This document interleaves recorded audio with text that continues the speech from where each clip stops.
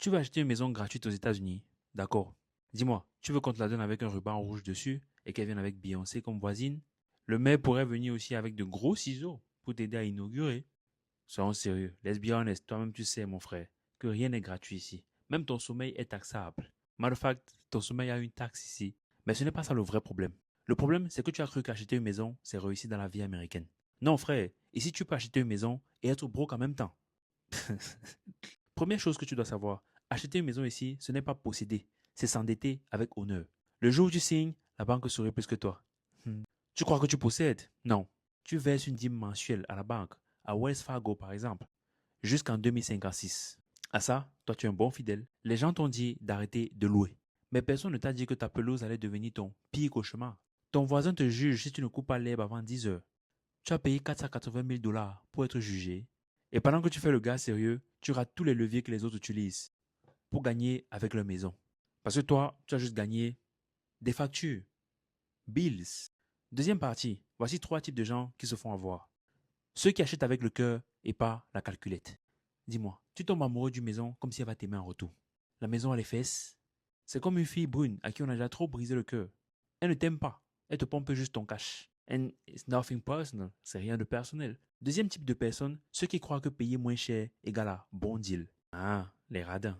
Et les économes. Enfin, c'est pas une mauvaise chose. Mais bon, on continue. Oui, ton mortgage est à 2200 dollars. C'est-à-dire que ce que tu dois payer par mois pour la maison, 2200. Mais tu oublies les taxes, l'assurance, les murs qui pleurent et la clim qui crie à l'aide.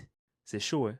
Tu vois le truc, la clim, c'est chaud. Bon, on continue. Troisième type, ceux qui pensent que l'équité, c'est de l'argent liquide. Bon, c'est pas du solide non plus. Mais bon, j'ai de l'équité, j'ai de l'équité, j'ai de l'équité, mon petit. Qu'est-ce que tu racontes même? Ok, mais tu as zéro cash flow. Tu sais même pas c'est quoi cash flow.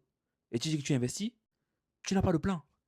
Tu as juste une maison qui te regarde pendant que tu souffres. Et comme tu refuses d'apprendre, tu vas souffrir plus. Et tu appelles qui, mon petit? Quand tu te vois là, tu peux être le grand frère d'un génie.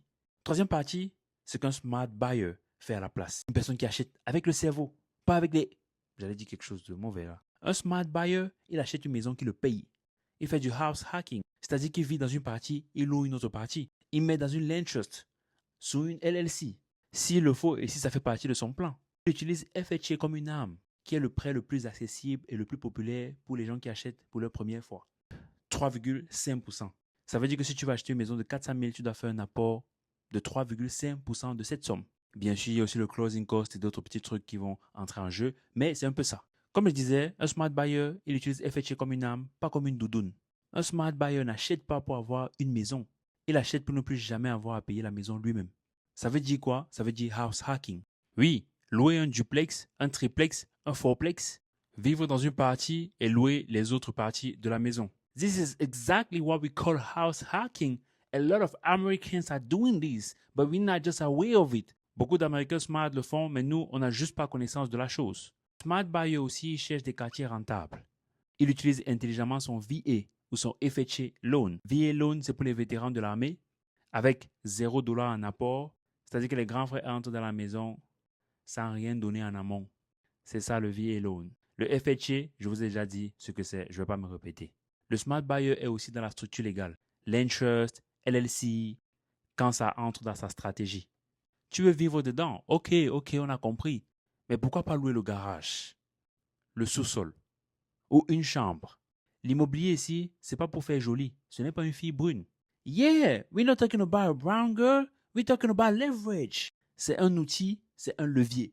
Donc, en conclusion, acheter une maison gratuitement aux États-Unis, c'est possible, mais pas comme tu crois. Calme-toi, calm down. Mais la vérité est que si tu n'as pas la bonne stratégie, ou si tu n'as même pas de stratégie du tout, ce qui est le cas pour la plupart d'entre nous, diaspora africaine francophone ici, alors, sans cette stratégie, tu vas t'offrir ton propre piège. Tu ferais ça consciemment?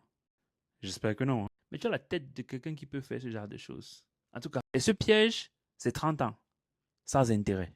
Enfin si, avec beaucoup d'intérêt. Et guess what? Devine quoi? Les premières années, c'est rien que l'intérêt que tu payes. Pour la plupart des cas. Écoute, si tu ne veux pas tomber dans le piège des acheteurs naïfs, tu as deux choses à faire. First thing first, I'm pretty sure you guessed it. Tu l'aurais deviné, abonne-toi, subscribe. Deuxième chose, clique sur le lien dans la description maintenant pour rejoindre notre communauté gratuite. Oui, tu as bien entendu, gratuite. Pour recevoir des conseils hebdomadaire sur l'achat intelligent ici aux États-Unis. Smart House Club. Mon peuple périt faute de connaissances. Je suis votre messie, je suis déjà là. On a trop souffert dans le système du corps brisé. Il est temps pour nous de wake up. Rendez-vous la semaine prochaine pour une nouvelle vidéo. Et n'oublie pas, I'm the only one. I'm out.